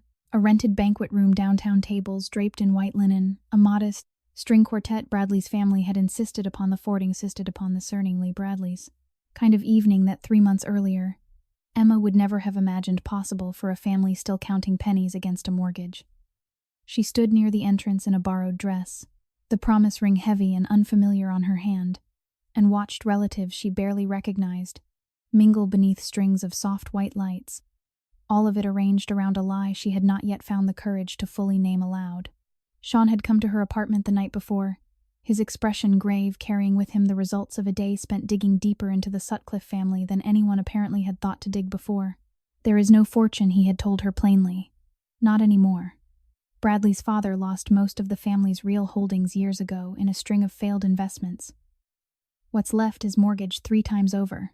The watches, the cars, the gifts, it's all financed, leveraged against credit that's close to collapsing. Bradley needs a wealthy marriage more than any family in this city needs him. He's not offering security, Emma. He's hunting for it. The words had settled cold and sick in Emma's stomach, confirming a suspicion she had not let herself fully examine until now. The particular hollowness beneath Bradley's easy charm, the too quick assumption of a future already decided, the strange, unsettling emphasis he always placed on what her family's marriage to him would provide rather than anything he might offer her in return beyond appearances. She had wanted desperately to tell her mother that night. She had not found the words or the courage, watching Diane move through the apartment with a lightness Emma had not seen in her since before her father's death, a fragile, hard-won happiness Emma could not bring herself to shatter, without absolute proof in hand. Now, standing in the banquet hall beneath the soft lights, watching Bradley cross the room toward her with his easy practiced smile, Emma understood there would be no more waiting for proof. Whatever was coming, it was coming tonight. "You look beautiful," Bradley said, taking her hand, pressing a kiss to her knuckles with the same performed warmth he'd shown from the first evening they'd met. "Everyone's dying to meet the woman who finally tamed me. Bradley." Emma kept her voice level, though her heart hammered hard against her ribs. "We need to talk. Somewhere private." After the toasts, he said smoothly, already steering her toward the head table. "Your mother's been planning this for weeks. Let's not disappoint her." Diane rose a short while later. Glass raised her voice thick with an emotion Emma recognized as genuine even through everything she now understood to be built on sand. "To my daughter," Diane said, her eyes bright with unshed tears, "who has given this family more than any of us ever had a right to ask of her. And to Bradley, who has given all of us a future I stopped believing we'd ever have again." The room applauded warmly. Emma sat very still, the weight of the coming collision pressing down on her chest. And it was in that exact moment Glasses still raised the quartet, pausing mid-note, that the banquet hall's heavy double doors swung open at the back of the room. Cole Bannon walked in wearing a charcoal suit tailored so precisely it seemed to belong to a different man entirely from the one who had sat thin and threadbare on a sidewalk curb for weeks. Behind him came Sean, and behind Sean a small entourage. Emma did not immediately recognize men in dark suits whose presence alone seemed to still the room's easy chatter into a wary, uncertain silence. For a long, suspended moment, no one spoke at all. Emma's voice came out barely above a whisper, disbelief and recognition colliding all at once as she took in the sight of him. The same face, the same eyes entirely transformed by wealth and bearing and a quiet, commanding authority she had never once glimpsed beneath the humble exterior he had shown her on the street. "I'm sorry to interrupt," Cole said, his voice carrying easily across the stunned room, steady, despite the visible tightness in his jaw. "But I couldn't let this evening continue without you knowing the truth. All of you." Diane rose from her seat, bewildered. "I'm sorry, who exactly are you?" "My name is Cole Bannon," he said, "chairman of Bannon Construction and Development Group." A murmur rippled through the room at the name recognizable. Emma understood suddenly to nearly everyone present except her own family, a name attached to skyscrapers and headlines, and a fortune large enough to reshape the skyline of the city they all lived in. 3 months ago, your daughter sat down beside me on a sidewalk where I had chosen for reasons of my own to live as a homeless man. She fed me when she believed I had nothing. She gave me the last of her father's savings without asking for a single thing in return. I have spent every day since trying to find a way to deserve even a fraction of that kindness." Emma's hands had begun to tremble in her lap, the room around her tilting slightly, as the full shape of the truth settled into place. Every quiet, careful evasion, every warning about money, and Bradley Sutcliffe, every strange, watchful car she had noticed following her for weeks. Not a stranger's paranoia, a billionaire's protection. "This is absurd," Bradley said, his easy composure cracking for the first time since Emma had met him. "Emma, do you know this man? Is this some kind of joke?" "It's not a joke," Cole said, turning toward him with an expression that had gone suddenly dangerously cold. "And since we're clarifying identities tonight, Bradley, perhaps you'd like to explain to this room the true state of your family's finances. The mortgaged watches, the leveraged cars, the marriage you were counting on to save you, from a collapse you've been hiding from everyone in it." A wave of horrified murmuring swept the tables. Diane's face had drained entirely of color, her carefully built hope crumbling visibly before her. "I never lied about who I am," Bradley said, though his voice had lost its earlier confidence entirely. "You lied about everything that mattered," Cole said quietly, "the same way I did for a while. The difference is I lied to test the honesty of someone's heart. You lied to profit from it." Emma rose slowly from her chair, her whole body trembling, her eyes fixed on Cole's face, searching it the way she had searched it 100 times on that sidewalk for the smallest sign of deception, and finding even now only the same steady, unguarded honesty she had trusted from the very first night. "You should have told me," she said, her voice breaking. "All this time you let me believe." "I know." Cole crossed the room toward her, ignoring the stunned silence surrounding them, his voice dropping low enough that it belonged suddenly only to the two of them. "I know I owe you an explanation you deserved from the beginning. I was afraid, Emma. Afraid that if you knew who I really was, you'd never have looked at me the way you did that first night. Afraid the only reason anyone had ever been kind to me before was because they wanted something from what I had, not because they cared at all about who I actually was underneath it." His voice caught raw in a way she had never heard from him. "You're the first person in 20 years who gave me everything you had without knowing there was anything in it for you. I couldn't risk losing that. I'm sorry. I should have trusted you with the truth far sooner than this." The room around them had gone utterly silent, every eye fixed on the two of them standing in the middle of a celebration that had in the space of 5 minutes entirely unraveled. "There's something else," Cole said quietly before Emma could find any words to answer him. "Something you need to know tonight about your family and mine, and about a man in a hospital bed who has been fighting harder than any of us realized to make sure the truth finally came out." And it was in the stunned, breathless quiet that followed those words that the double doors at the back of the banquet hall opened once more, and Sean stepped through them, his phone held out before him, his expression grave, carrying news that would within the hour bring the full and terrible reach of Desmond Bannon's conspiracy crashing down over everyone in the room.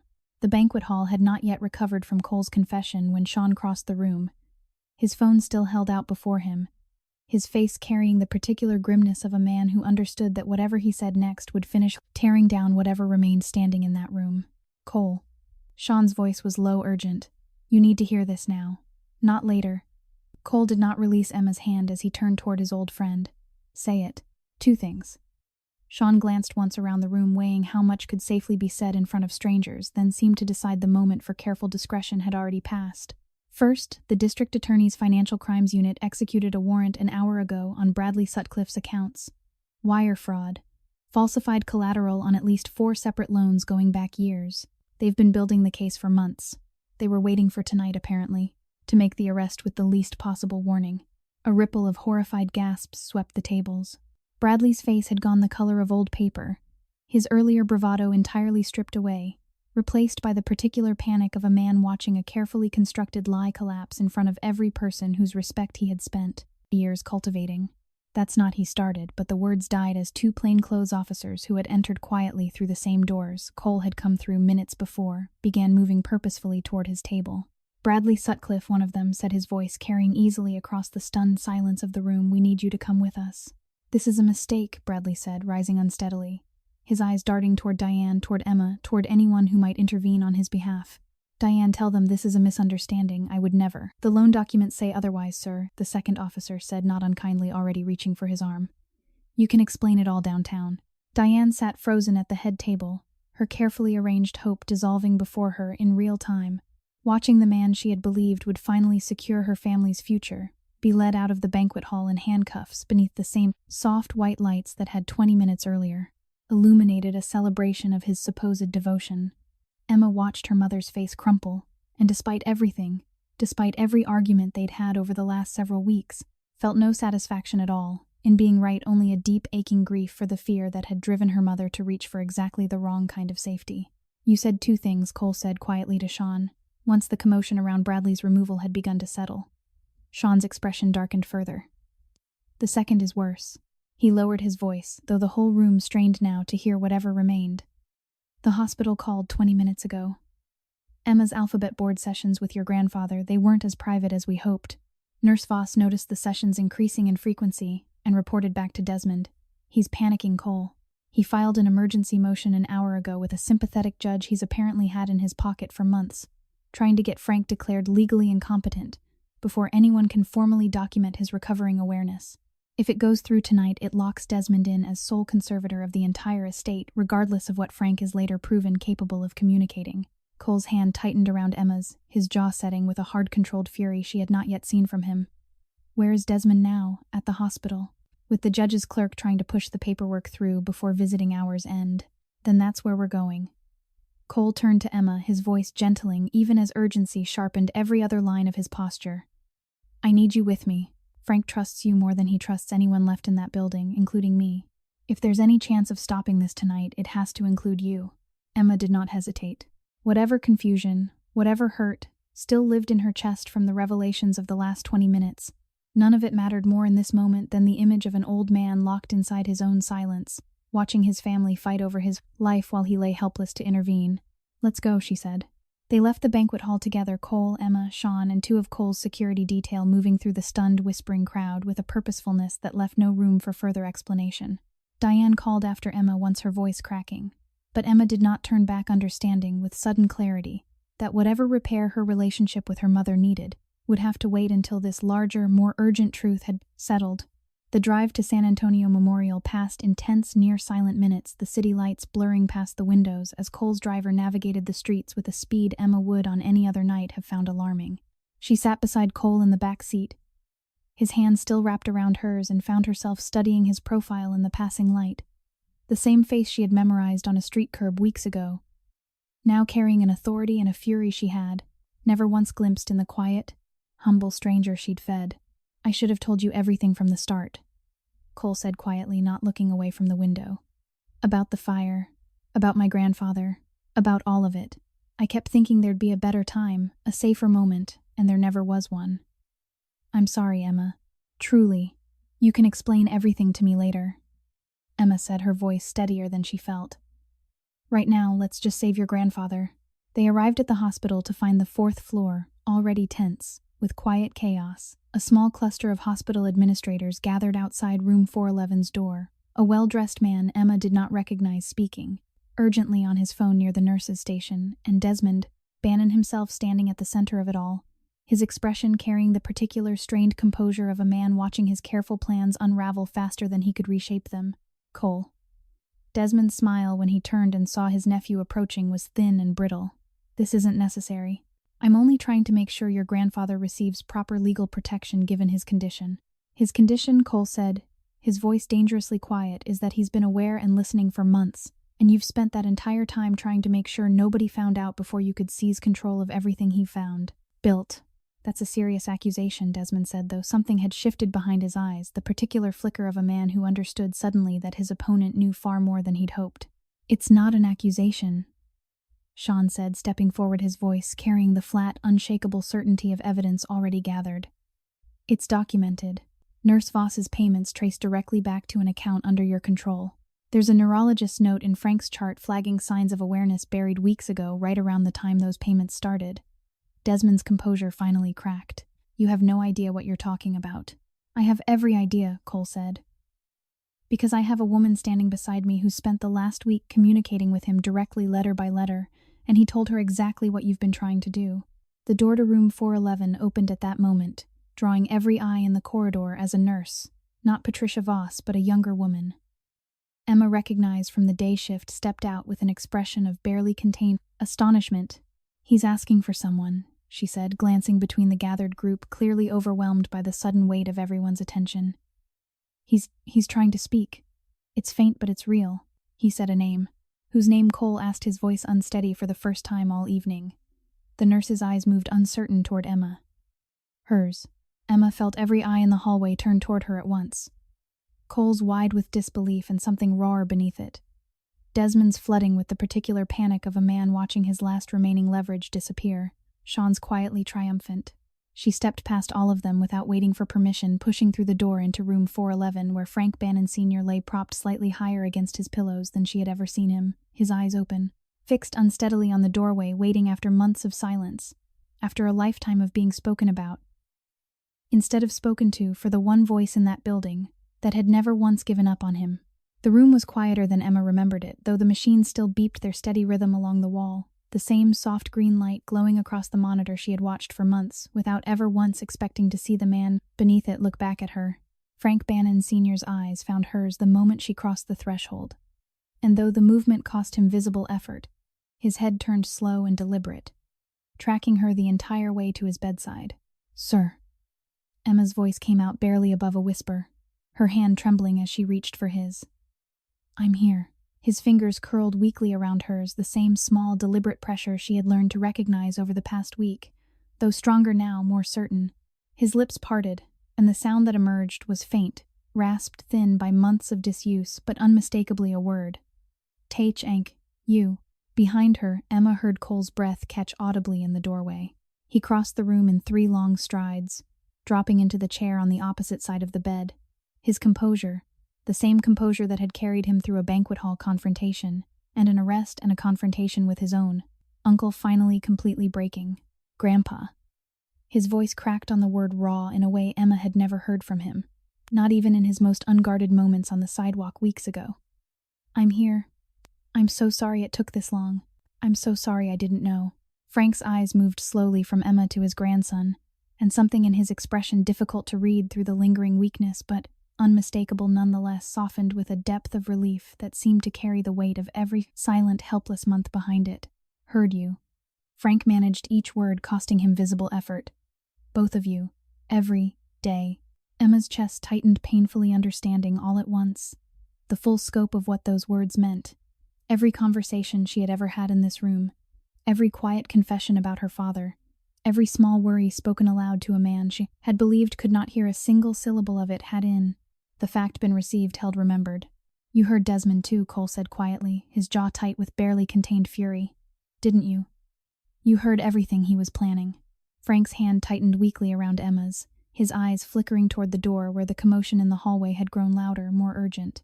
Desmond's voice raised now, sharp with panic, arguing with the hospital administrator about legal authority and paperwork and timelines that no longer meant anything at all. "Money." Frank rasped, his eyes fixed on Cole. "Wanted. Me. Gone. For the money." The words landed in the room like a physical blow. Cole rose from his chair, moving to the window, his shoulders rigid, and for a long moment he said nothing at all, simply staring out at the city. Light spread below, the same city his family's name had shaped for 3 generations, built, brick by brick, on choices far more complicated than the clean, respectable narrative most of San Antonio believed. "He's my father's brother," Cole said finally, his voice hollow. "I trusted him. I let him run half the company's operations because I trusted him." "Not your fault," Frank managed. His grip on Emma's hand tightened again, and his eyes moved to hers with sudden, deliberate focus. "She never gave up." Emma felt tears rise sharp and sudden in her throat. "I didn't know who you were," she said softly. I couldn't stop talking to you. It felt wrong somehow to treat you like you'd already left. You kept me here," Frank said each word, a visible act of will, "when everyone else stopped coming." The door swung open before Emma could answer, and a doctor entered at a near run, followed closely by 2 nurses and a beat behind them. A hospital security guard escorting a visibly furious Desmond Bannon, whose composure had entirely dissolved into something raw and desperate. "This is outrageous." Desmond snapped, his eyes darting between Cole and the bed. "You have no legal standing to interfere with his care, Cole. None of you do. He just spoke your name, Desmond." Cole turned from the window, his voice gone dangerously flat and quiet, the same tone Emma imagined he must use in the boardrooms and backrooms of a business empire she had only just begun to understand the true size of. He told us clearly that he heard every plan you made to have him declared incompetent, so you could take control of everything he built, in front of witnesses. While recording equipment in this room, which the hospital keeps running for patient safety, was almost certainly capturing every word. Desmond's face drained of color. I want a full audit of every financial decision you've made on this family's behalf for the last 5 years. Cole continued, his voice never rising, which made it somehow more frightening than if it had. I want Patricia Voss's employment terminated and her license reviewed by the state board. And I want you out of this hospital and out of this family's operations before the sun comes up tomorrow. Whether the district attorney's office decides there's a criminal case to be made against you is not my decision to make, but I promise you this. I will not protect you from whatever comes next. Not after this.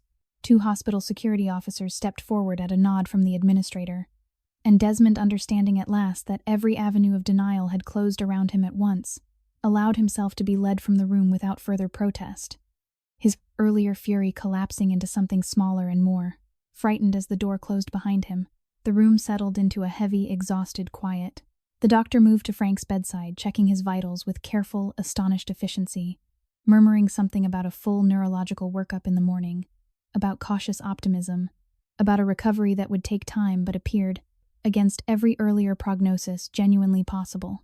Emma remained at Frank's side through all of it, her hand still held loosely in his, and it was only once the doctor had finished and the room had emptied of everyone. But the 3 of them, that Frank's eyes moved once more toward, Cole, something urgent and unfinished, still living behind his tired gaze. Cole, he rasped. Listen. Cole returned to the bedside, kneeling now, so his face was level with his grandfather's. I'm listening. Don't lose her. Frank's grip tightened, weak but insistent, moving from Emma's hand toward Cole's, pressing them briefly together on the blanket between them. Like I almost lost everything, waiting too long to say what mattered. The words settled over the room with a weight far larger than their simple phrasing, suggested the accumulated grief of a man who had spent months trapped in silence, learning in the cruelest way imaginable exactly how much time could be, lost to fear and hesitation, and the quiet, foolish belief that there would always be more of it left. Cole's eyes met Emma's across the bed, and in them she saw, unguarded now, in a way she had never once glimpsed on the sidewalk weeks ago, everything he had been too afraid to say plainly until this exact moment. Not gratitude alone, not the careful debt of a man repaying a kindness, but something deeper and far more frightening in its honesty. I love you, Cole said quietly, the words arriving simple and unadorned, stripped of every careful defense he had built around himself for 20 years. I think I've loved you since the first night you sat down beside me and didn't ask a single question before you handed me something warm to eat. I was too afraid to say it while I was still lying to you about who I was. I'm not lying to you anymore, Emma. About anything. Emma felt the tears she had been holding back all evening finally spill over, warm and unashamed, as she reached across the bed to take his hand alongside his grandfather's. I think I loved you before I even knew your last name, she said softly. I just didn't have a word for it yet. Outside the window, the city lights of San Antonio glittered on into the night, indifferent to the quiet miracle unfolding in room 411, a family narrowly saved from betrayal, a fraud finally exposed, and 2 people who had found each other first in poverty and silence now standing together. At last, in the fragile, unguarded light of the truth. A few weeks later, San Antonio had begun to settle back into its familiar rhythms, though nothing about the Vance or Bannon families would ever again resemble what it had been before that single, extraordinary night at the hospital. Frank Bannon Sr. continued his slow recovery in a private rehabilitation suite arranged at Cole's insistence in a wing of the hospital far from Patricia Voss's former unit. His speech returned first in halting fragments, then in fuller sentences, and though the doctors cautioned that some effects of his prolonged, locked-in state might linger for months, yet the man who greeted Emma each afternoon now bore little resemblance to the silent, unmoving figure she had once spoken to, without any expectation of reply. He asked after her mother. He asked after her sister. He remembered with startling clarity nearly every word Emma had ever spoken in that room. And more than once, he brought up some small detail, a story about her father, a worry about rent, a quiet grief she had confessed on a particularly hard evening that made Emma understand all over again exactly how, faithfully, He had listened through all those silent, terrible months. Desmond Bannon did not return to the family's operations. The district attorney's office, presented with the recording from room 411 alongside Sean's financial documentation, opened a formal investigation within days, and though the legal proceedings would stretch on for months, the outcome by every account Cole's lawyers offered was no longer seriously in doubt. Patricia Voss lost her nursing license within the same week her own testimony offered in exchange for leniency, filling in the last remaining gaps of Desmond's plan. Bradley Sutcliffe's case moved through the courts more slowly, tangled in the particular complexity of financial fraud spanning years and multiple falsified institutions, but the engagement, along with every hollow promise attached to it, dissolved the same night he was led out of the banquet hall, in handcuffs. Diane Vance had not spoken to Emma for nearly a week, afterward retreating into a silence heavier than any argument, until one evening she appeared at Emma's apartment door, eyes red, and simply said, "I'm sorry. I was so afraid of being poor again that I stopped being able to see what actually mattered." Emma had pulled her mother into a long, unhurried embrace, and though the wound between them would take longer than a single evening to fully heal, something essential had at last begun to mend. Chloe's apology came slower still, and less completely, but it came a quiet conversation over coffee weeks later. An admission of jealousy she had carried far longer than the broken phone that had finally given it shape. Emma did not pretend the hurt had disappeared entirely, but she offered her sister the same thing her father had always offered. Strangers on the worst nights of their lives, her hand first and her questions later, if she ever needed to ask them at all. Cole visited Emma's apartment more evenings than not in the weeks that followed, though never again in the threadbare jacket that had first brought them together. He came instead as himself, Cole Bannon, chairman of an empire built from genuine ruin and genuine grief. A man who had spent 20 years convinced that no one could ever want him without wanting something from his fortune first, until a woman with nothing to offer but a taco and an open hand had proven him wrong.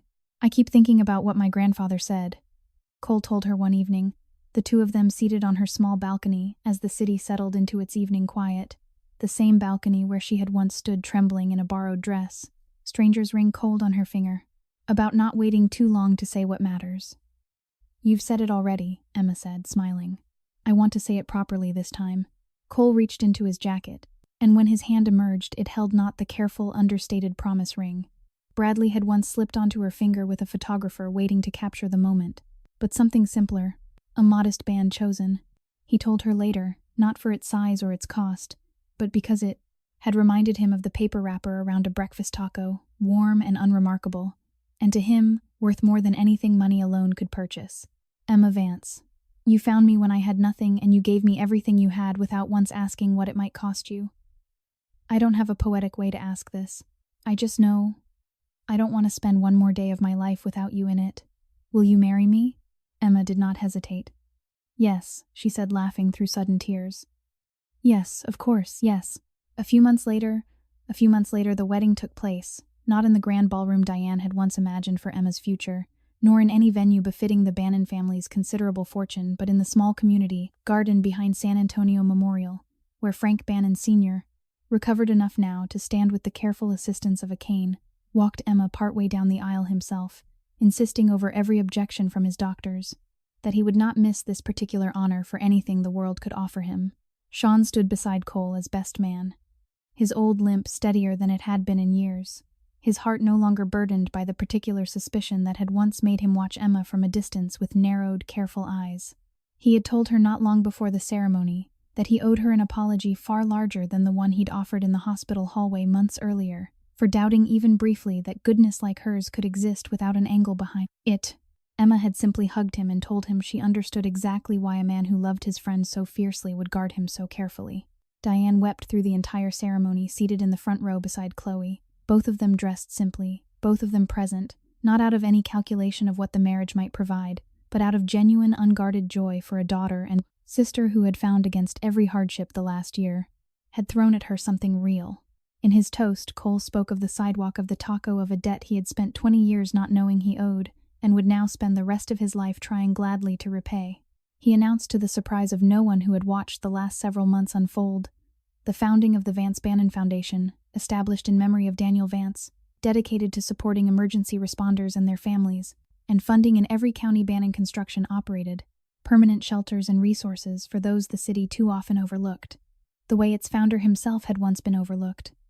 Cold and hungry on a street corner no one else had thought to stop for.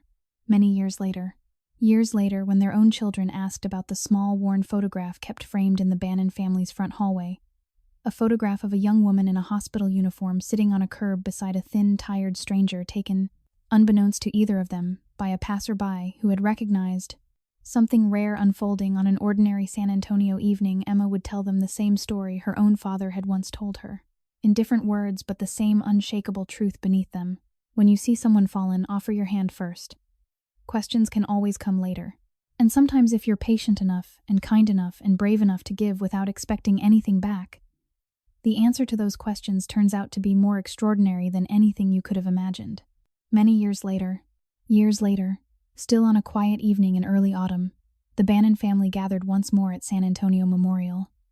Not for an emergency this time, not for grief or fear, but for something far gentler, the annual dedication ceremony of the Bryce Curie, Vance Bannon Foundation's newest project, a small garden built just outside the hospital's east wing, planted with flowering shrubs and a modest stone bench, dedicated to every emergency responder who had ever given more of themselves than anyone had asked.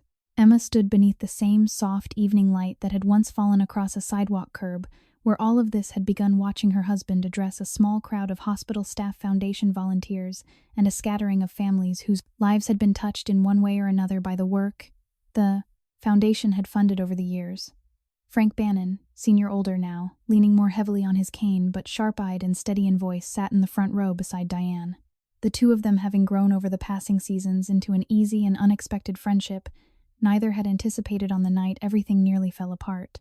Sean stood near the back, arms crossed, watching over the gathering with the same quiet vigilance he had carried for more than 20 years, though the wariness in his eyes had long since softened into something closer to peace. Chloe sat beside her own young family, her earlier resentment worn away by years of honest conversation and the slow, patient work of forgiveness that had rebuilt what fear and jealousy had once nearly destroyed. I used to believe, Cole said, his voice carrying easily across the small crowd, that kindness without a reason attached to it didn't exist. I spent 20 years certain that everyone who reached out a hand toward me wanted something in return sooner or later. I was wrong. And I am only standing here today whole and grateful because one woman on a street corner decided to prove me wrong without ever once trying to. He looked toward Emma as he said it. And even now, after so many years, something in his eyes still carried the same disbelieving wonder she had first seen in him that evening outside the steakhouse when a stranger had handed him half a taco and asked for nothing in return. The ceremony closed quietly, the small crowd dispersing slowly into the golden evening. And as Emma walked hand in hand with Cole back toward the parking lot, she found herself thinking, as she often did on evenings like this, one of everything. The last several years had taught her lessons that had arrived not gently, but through fear, loss, betrayal, and ultimately through the slow and patient work of choosing kindness again and again, even when it cost her something real. Kindness given without expectation is never wasted, even when it looks in the moment like it might be. Emma had given away the last of her father's inheritance to a man she believed had nothing at all to offer her in return, and it would have been easy, reasonable even to call that decision foolish.